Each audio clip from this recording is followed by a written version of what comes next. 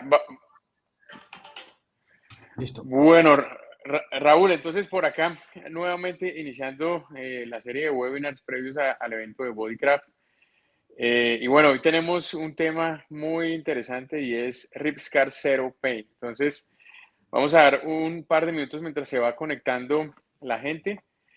Y pues la idea es hablar un poquito más, porque mucha gente o en consulta preguntan a los pacientes, esto es una cirugía que genera dolor, en comparación, por ejemplo, a otras técnicas quirúrgicas como la resección costal o el Ribos, que es con material de osteosíntesis, está asociado a la Ripscar con más dolor o no, ventajas y desventajas.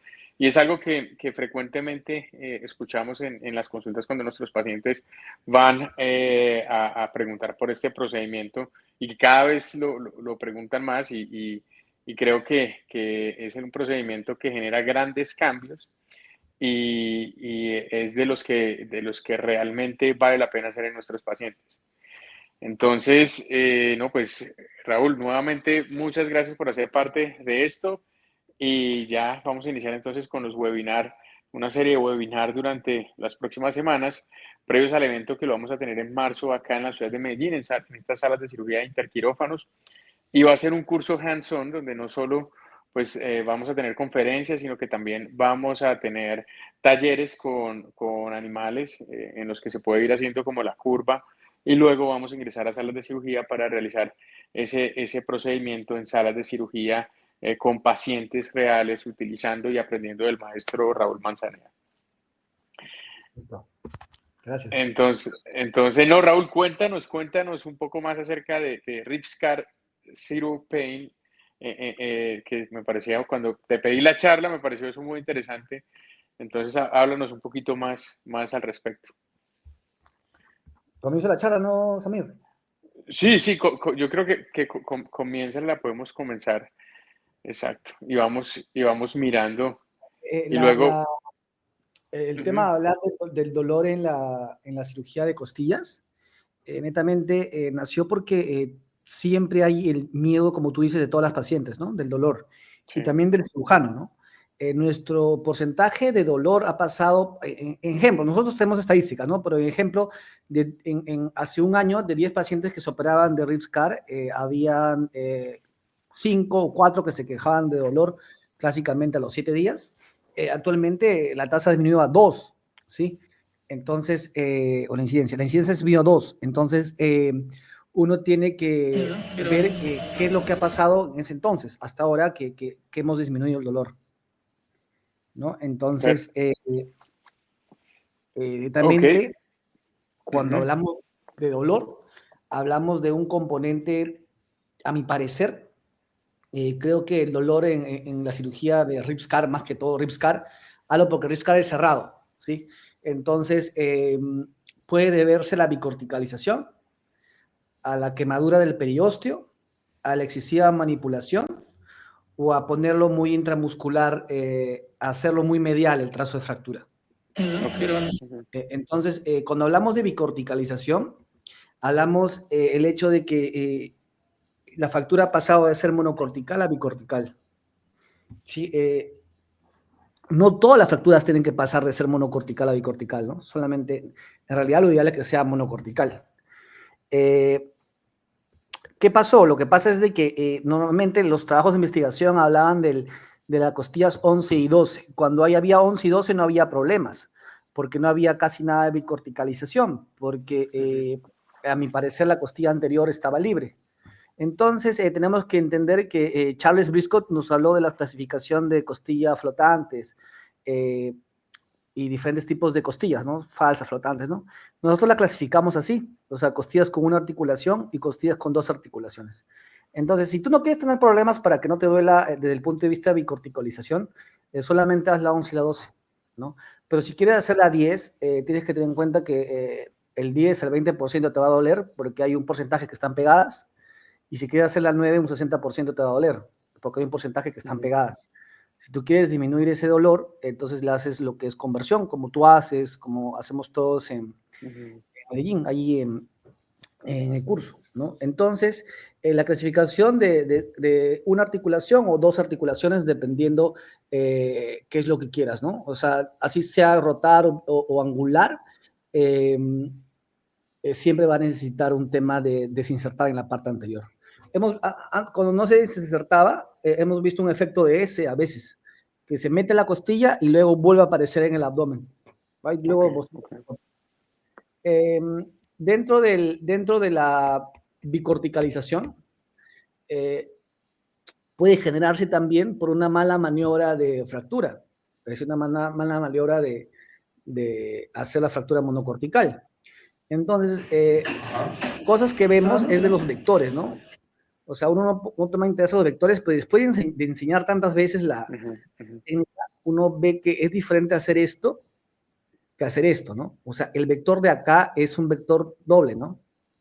En cambio, el vector de acá es un vector plano. Entonces, puede parecer tonto, ¿no? Esto. Puede parecer tonto, ¿no? Pero aunque no lo creas, hacer esto es la diferencia de que algunos cirujanos lo puedan hacer y otros cirujanos no lo puedan hacer. ¿Vale? Con respecto me puse a ver el tema del ángulo de presión. Entonces, para que exista una fractura, tiene que haber un ángulo de presión. Es decir, esta es mi fractura y yo agarro acá, este es mi vector, porque estoy agarrando acá, pero si agarro acá, la fuerza que voy a necesitar, o sea, si esta mano es más abajo, la fuerza que voy a necesitar es mayor.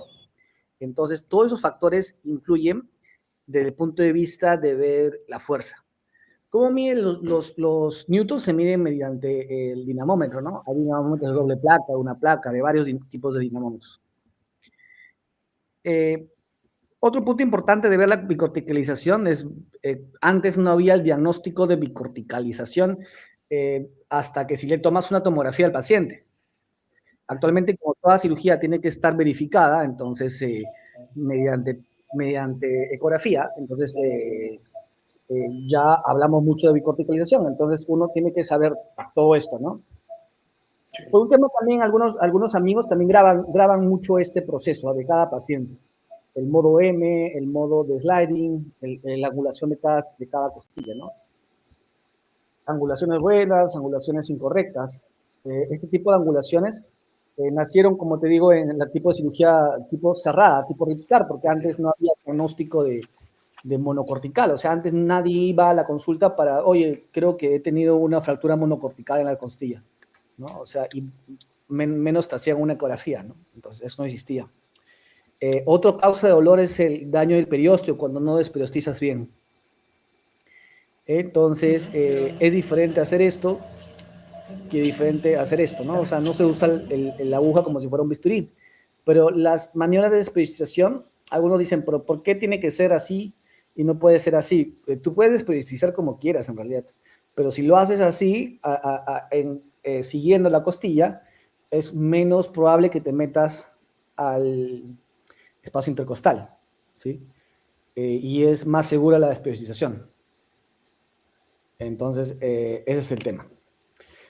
La excesiva manipulación, ¿sí? Cuando uno tiene excesiva manipulación, hicimos esta encuesta, de hecho tú estás en el trabajo también, entonces hicimos esta encuesta, y vimos de que en ese entonces que hicimos la encuesta existían solamente 4 neumotórax. Entonces, esos neumotórax la mayoría de veces se debía a pasar del paciente de un lado para otro. Por eso insertamos lo que es la movilidad de manera en bloque, ¿no? Y no lo hacemos de manera... ¿Qué pasó?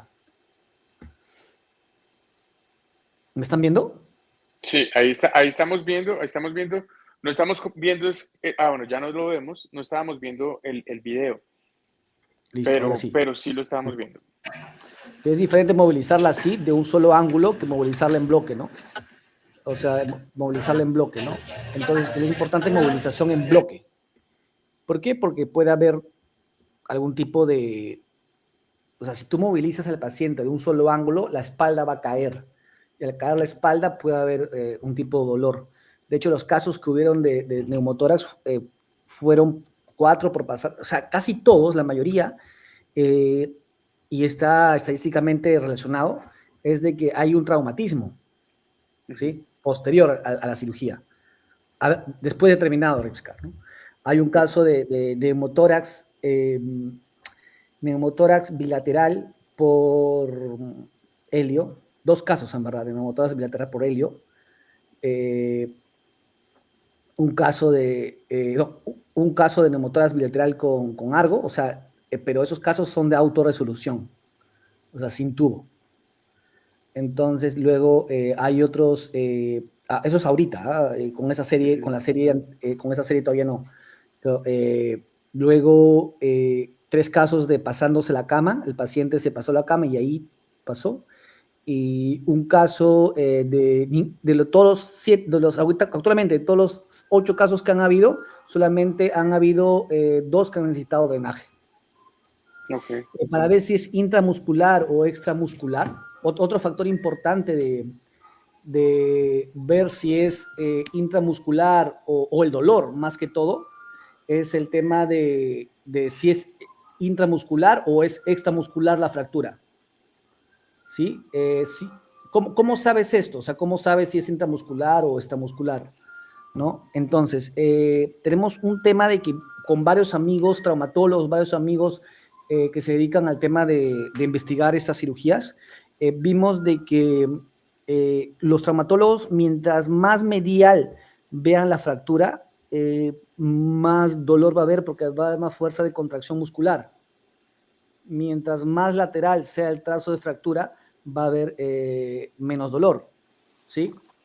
Sí. Entonces, ¿por qué? Porque al ser más intramuscular, va a haber más contracción muscular y va a haber más dolor. Porque el dolor y el acalvagamiento, hay una teoría que se debe a la contracción muscular más que al dolor per se del hueso, ¿no? O sea, es diferente hacerlo así que de diferente manera. ¿Sí? Luego, sabemos que tener intramuscular puede generar un daño al músculo, causar retracción y causar ese tipo de molestias, ¿no? La memoria muscular, que es algo importante, que las razones es no usar la faja. Mucho es importante a veces ¿qué puede suceder para que para que la costilla vuelva a su lugar? O sea, para que regrese a su lugar. En el caso de hacerlo extramuscular, el porcentaje de recidiva es muy bajo, ¿sí? Las razones puede ser a mucha medianización de causar la intramuscular o que el paciente tenga mucha fuerza muscular. Sea el motivo que sea, aquí llamamos recidiva muscular. Recidiva cuando el paciente ha perdido el 50% de lo ganado en los próximos 3 meses después de retirada la faja, ¿no? El músculo dinamismo se puede retirar mediante lo que es la toxina botulínica si uno tiene recidiva. Lo que yo hago cuando hay recidiva es a la primera le hago una refractura, coloco toxina botulínica y le dejo la faja por 6 meses. Si a la tercera ya tiene recidiva, ya retiro la costilla, ¿no? Si viendo que tienes diferentes tipos de diseños, vemos que el abordaje oblicuo a la larga tiene menos memoria muscular. Actualmente podemos tratarle, colocamos con jeringa de tulip, colocamos putting óseo, que es hueso biológico, ¿no? Y más o menos es eso, la terapia del dolor, que tratamos con neuromodulación, con prevención del dolor. Hay que saber las diferencias entre una fractura traumática y una fractura traumática. La fractura traumática es una fractura que uno no la espera. La fractura traumática es una fractura que uno ya pasa por una neuromodulación de por medio. O sea, tanto con opiáceos, o AINES o otro tipo de analgésicos, ya hay una neuromodulación, o sea, los receptores ya están llenos. Eso es una de las diferencias de fractura traumática. La otra diferencia es de que se desperiostiza, el otro que no se desperiostiza. Son varias diferencias. No, está muy bueno todos esos puntos para el manejo del dolor. Pero tengo acá una pregunta, porque uno de los puntos que decías, Raúl, es entre más intramuscular el área de la fractura está, pues más propenso al dolor y más propenso a la bicorticalización. ¿Por qué no hacer durante el procedimiento incluso una fractura mucho más distal al trazo habitual, que es la línea, como la has descrito, que va de la región axilar porque hasta el punto lumbar? Porque el resultado no va a ser el mismo, pues. Porque Okay. a más lateral, porque a más tienes que buscar el equilibrio, ¿no? El punto A más intermedio, lateral, sí. Imaginemos que te lo hagas en la línea axilar media, ¿sí? Va a haber, no va a haber tanto dolor, lógicamente, pero tienes que tener en cuenta de que no va a haber tanto resultado porque a más posterior, más resultado, porque Sí, angulas sí. más. Más ¿Sí? angulación. Ajá. Sí. Totalmente de acuerdo. Ya. Ahora, con respecto a la movilización en bloque, vi que los últimos videos que mostraste era solamente en decúbito prono. ¿Has vuelto a hacer los pacientes en decúbito lateral? No, sí, La Ripscar, ahora todos son de cúbito lateral. ahora todos los estás haciendo en decúbito lateral. Sí, es que es mucho más fácil. Ok, ok, No sé, a ti te perfecto. parece que sea diferente, a mí me parece Sí, mucho más. sí, sí, siempre, si yo hago la liposucción a nivel, pues pongo la paciente anterior, lateral, lateral, y cuando está en decúbito es que realizo la Ripscar y pues me parece mucho más fácil, desde la palpación como la identificación con el ecógrafo. Boca Y me, abajo. no, no, yo la hago lateral. Claro, sí, sí, sí. A mí también me parece mucho más fácil. O sea, de hecho, Yo, también en los cursos, o sea, es mucho, para los alumnos es más fácil lateral que posterior, ¿no? Para los alumnos. sí, sí, sí, sí, sí, de acuerdo. Vamos a mirar acá si tenemos preguntas del auditorio. En la parte de abajo, en donde está el chat, la gente puede también dejar sus comentarios y hacer preguntas en el caso de que tengan alguna pregunta. Ahora, otro de los puntos, Raúl, era hoy que habías escuchado unos eventos con el argon plasma y también con el helio del Renubio. En ese orden de ideas, entonces, como lo hemos venido hablando, lo ideal es hacer primero el uso de esta tecnología con helio o con argón y luego sí la Ripscar. ¿O en qué momento, si sabes, en qué momento pasó En todos el los neumotora casos, lo hicieron de... Ujú. en todos los casos, esos 3 casos que te digo, Sí, fueron por no obedecer el orden. ok. O O sea, sea, hicieron primero la Ripscar y luego sí el... sí. Ok, ok. O lo hacían paralelamente. O sea, uno le estaba pasando Renuvion al brazo, mientras Sí, que sí. otro estaba haciendo Ripscar, ¿me entiendes? Claro, y me imagino que se resolvió porque muy seguramente hubo una lesión de menos de 1 milímetro y por ahí hubo la migración del helio del arco, del argón, y por eso se resolvió solo, pues. Sí, en verdad, o sea, no sé, en verdad no nos pasó a nosotros. Uno Ujú, fue en, en, uno fue, no me acuerdo dónde fue, uno fue en Bélgica, ujú, ¿sí? Y otro, si no me acuerdo, fue, no me acuerdo en qué país, pero uno fue en Bélgica, estoy totalmente seguro, pero no me acuerdo otro en qué país fue. Pero todo está reportado, o sea, de hecho tenemos una página para reportar todas las complicaciones. ujú. Actualmente estamos viendo comparando incidencia de complicaciones también, comparando con otros tipos de cirugías que al inicio, Ujú. ¿no? Otra cosa también importante es de que para tú pasar una aceptación quirúrgica tiene que pasar por un método de un comité de ética, ¿no? O sea, siempre se tiene comité de ética en toda la clínica, lógicamente. Sí. Por acá, uno de los comentarios, Raúl, nos decían si era posible volver a ver la parte del video. Por acá dice el doctor Dante Alejandro Reina, si es posible mostrar nuevamente el área del video donde se estaban mostrando los dos vectores y la diferencia con la presión y cómo eso puede generar bicorticalización. Había un video en el que aparecían dos pacientes en decúbito prono y se mostraban los dos vectores. Entonces, el doctor Dante quisiera preguntar si es posible volver a revisar esa parte.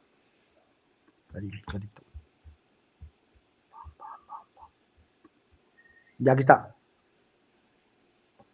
Sí, ese es uno, pero creo que también quiere el de las maniobras, la diapositiva anterior, Raúl. Esa, O sea, exacto.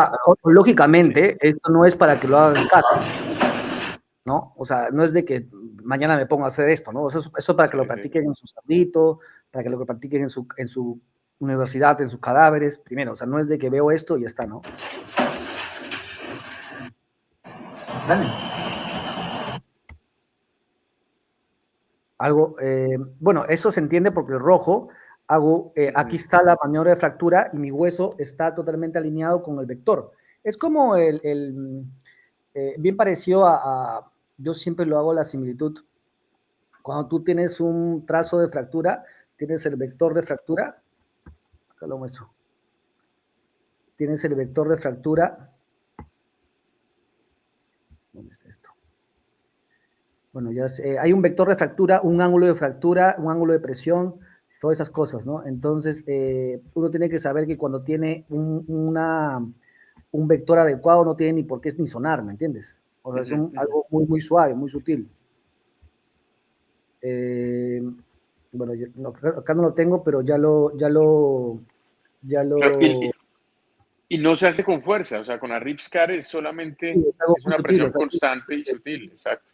mucho que no tiene ni por qué sonar, ¿me entiendes? Sí, no tiene ni por qué sonar. O sea, es algo muy suavecito, muy suave, muy sutil. Por acá también nos pregunta el doctor Carlos Bukeli, ¿hacer infiltración con lidocaína o bupivacaína ayudaría al dolor? Y si es así, ¿se debe bloquear el paquete o dónde aconsejaría? Tenemos cuatro brazos Ujú, cuatro brazos de estudios quirúrgicos. Un brazo, todos trabajan de acuerdo a la neuromodulación, a ver si sirve o no sirve. ¿Sí? ujú, Entonces, netamente, como sabíamos antes, el dolor se genera a partir del séptimo día.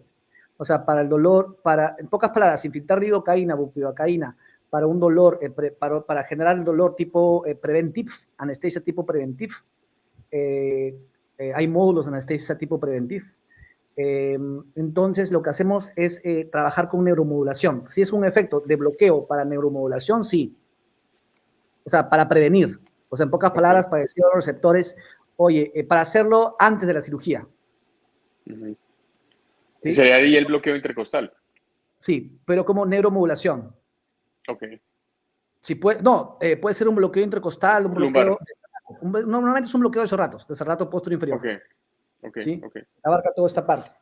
Hay anestesiólogos que lo hacen en 10 minutos, 15 minutos, ambos lados, ¿sí? Ujú, Pero eso no tiene efecto. La bupivacaína, ¿cuánto tiempo dura? La lidocaína, ¿cuánto tiempo dura? O sea, en el cuerpo, ¿no? Dura aproximadamente, te puede durar 4 o 3 días, pero hay que recordar que clásicamente el dolor de Ripscar se genera a partir del séptimo día, ujú. 10º día, justo cuando estás No tendría terminando la... sentido. Ujú, Entonces, estamos haciendo un trabajo de diferentes tipos de brazos, uno con neuromodulación con paracetamol, otro con neuromodulación con lo que es neuromodulación con lo que es solamente bloqueo, otro que es neuromodulación con lo que es signomodulación o neuromodulación solamente con gabapentina.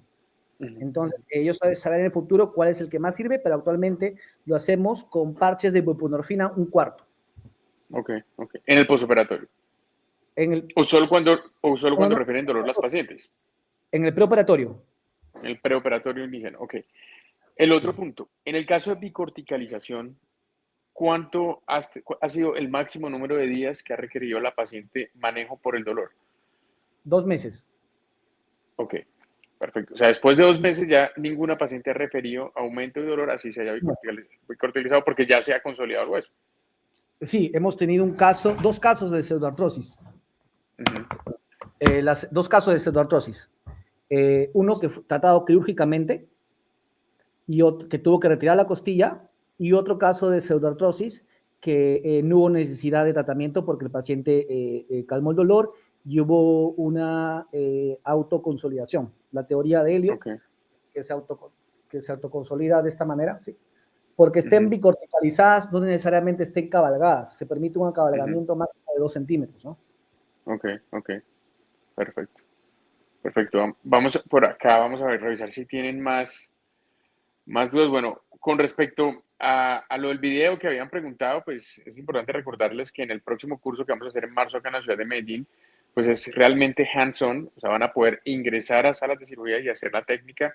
Obviamente el día anterior vamos a tener más conferencias y vamos a tener los talleres con costillas, donde van a tener los piesos y los insertos diseñados también por el doctor Manzanea y pueden ustedes hacer en modelos 3D y en modelos animales la técnica previa al hands-on que vamos a hacer en salas de cirugía. Entonces, como decía el doctor Manzanea, no es ver el video y realizar de una vez el procedimiento en salas de cirugía, hay que tener un entrenamiento previo y lo ideal es hacer con modelos animales, modelos anatómicos y finalmente pues estos cursos nos va a permitir dar ese tipo de enseñanzas y adquirir estas habilidades para ya usarlas en la práctica diaria. Entonces es muy recomendado por esa opción, ese hands-on. He escuchado también, Raúl, que Colombia es uno de los pocos países en toda Latinoamérica que permite el curso hands-on a otros cirujanos plásticos. Sé, por ejemplo, que en México ya no es posible, entonces, y en otros países, en Brasil, por ejemplo, ya no es posible hacer un hands-on. Entonces, aún tenemos esta oportunidad acá de hacerlo en la ciudad de Medellín, en Interquirófanos, y pues, qué mejor que aprender de Raúl Manzaneda, el creador de esta técnica innovadora y que es un hito para la historia, para la cirugía plástica y realmente es de las cirugías que más cambia el contorno corporal. Súper, sí, amigo. Yo, Entonces, es un tema de que ya son temas, tú sabes, temas políticos, ¿no? Que a veces no se puede hacer cirugía en algunos países, quieren temas de cada país. Por ejemplo, por lo menos en Lima, la cirugía de remodelación costal, tipo Ripscar, no se considera una cirugía experimental. No se claro, considera una porque ya tiene todo el fundamento científico y todos los artículos, y eso es gracias a toda la investigación que has hecho, Raúl, con base a esto, y hay una cantidad de artículos que muestran con evidencia científica este procedimiento quirúrgico. Entonces, y yo creo que a futuro, en unos 5 años, esto va a ser algo como decir una mamoplastia, aumenta un procedimiento más que a nivel mundial, global, se está haciendo. Entonces ya vemos cómo ha trascendido, por ejemplo, en Bélgica lo estaban haciendo, en Francia lo están haciendo, en Marruecos también. Entonces en Europa ya se está haciendo la Ripscar y próximamente en Asia. Bueno, en Asia también uno de los asistentes de nuestro curso, uno de los doctores está en Taiwán y ya está haciendo Ripscar allá, el doctor Jack. Entonces, y aprendió acá en Medellín con Raúl. Entonces queremos invitarlos nuevamente a todos. Quiero recordarles que vamos a estar acá en la ciudad de Medellín, lo que son los días 20, 21 y 22 de marzo de este año en Medellín, realizando el hands-on de Ripscar, front ribs, y también vamos a hacer voluminización muscular. Nos va a acompañar el doctor Babaitis también en esta charla. Y días previos, también queremos invitarlos, está el evento de mamas, son 2 días en los que vamos a estar con el doctor Kreisky y el doctor Goyeneche, realizando las últimas técnicas de short scar o L-scar o cicatriz corta con mecanismos de estabilización del implante mamario. Entonces los esperamos por acá. Y la otra semana tendremos 2 webinars, tendremos el del doctor Kreisky el día lunes y el viernes tendríamos el webinar con el doctor Babaitis. Entonces, Raúl, muchas gracias por esta charla y bueno, y muy feliz de tenerte acá en Bodycraft y que vas a venir acá a Medellín y aprender nuevamente muchos tips, muchas cosas nuevas contigo. Gracias, amigo. Un honor para mí. Muchas gracias. Espero súper bueno. La mayoría de gente lo puede replicar sin problemas. El tema está en la replicación, ¿no? Para algunos es replicable, para otros no, pero haciéndolo paso a paso, con el diseño de los cerditos, con todo eso, es también como la metodología que nosotros hacemos es bastante didáctica, ¿no? Tanto Sí, Babay, tú como yo, o sea, hacemos una metodología paso por paso. Entonces, yo creo que la mejor manera de aprender es paso por paso, pues, ¿no? Y así exacto. tiene la metodología, lo apunta, pues, ¿no? Como nosotros lo hacíamos en la residencia, ¿no? Apuntamos y luego grabábamos videos, todas esas cosas, y luego tratábamos de replicarlo. Hay algunos puntos que lamentablemente tienes que hacerlo, sentirlo en las manos, ¿no? No se pueden Porque hacer. es una cirugía de mucha propiocepción. Es muy importante la propiocepción, sobre todo cuando el inserto va entrando a la cortical posterior y atraviesa la cortical posterior.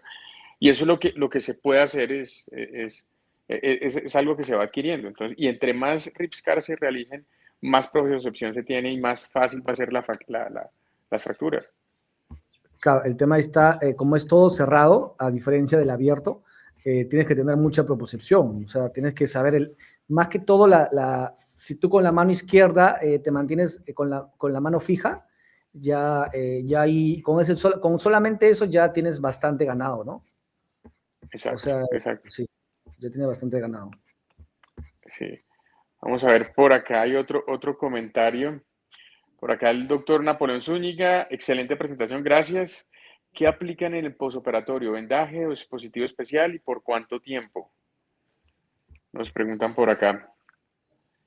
Ya, nosotros aplicamos corset de triple a 4 por corset, mientras más largo mejor, mientras no se enrolle mejor el corset que deseen, eh, eh, por 2 meses.